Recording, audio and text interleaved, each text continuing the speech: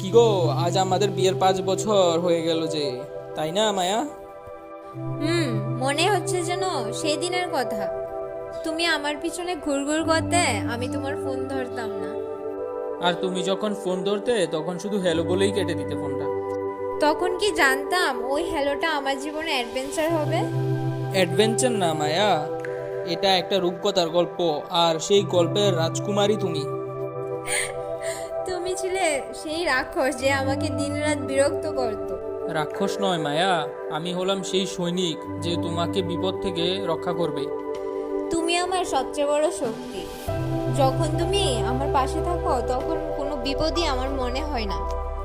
আচ্ছা, তো আজ রাতে কি তাহলে রূপকথার গল্পটা শেষ হবে নাকি নতুন করে শুরু হবে? রূপকথার গল্প কখনো শেষ হয় না হাজবেন্ড। এটা নতুন করে আমাদের জীবনে অধ্যায় নিতে শুরু করেছে। ও আচ্ছা, তাই নাকি? হুম। আচ্ছা, চলো না বাইরে থেকে একটু হেঁটে আসি, একে অপরের হাত ধরে। এখন এত রাতে? হ্যাঁ, চলো না। কি হয়েছে? বিয়ের আগে তো কত রোমান্টিক ছিলে তুমি, আর এখন? আগে তো কত রাতে বেরোতে আমাকে নিয়ে লং ড্রাইভে, আর এখন তো আরে আরে, তুমি রাগ করছো কেন? আমার সবই মনে আছে সেই রাতের কথা, কিছু ভুলিনি আমি। আর আচ্ছা, তোমার কি মনে আছে ওই রাত্রের কথা, যখন তোমার 21তম জন্মদিন ছিল? আমরা পালন করেছিলাম একসাথে। ধ্যাৎ, কি যে বলো না। ওই রাত্রের কথা কি আমি ভুলতে পারবো? সারা রাত আমাদের বাড়ির নিচে কাটিয়েছিলে আর বৃষ্টি ভিজছিল। কি কেলেঙ্কার এটাই না ঘটিয়েছিলে তখন। পরে শরীর খারাপ করেছিল তোমার ভীষণ। আচ্ছা, মনে আছে তোমার সব? হ্যাঁ, মনে আছে।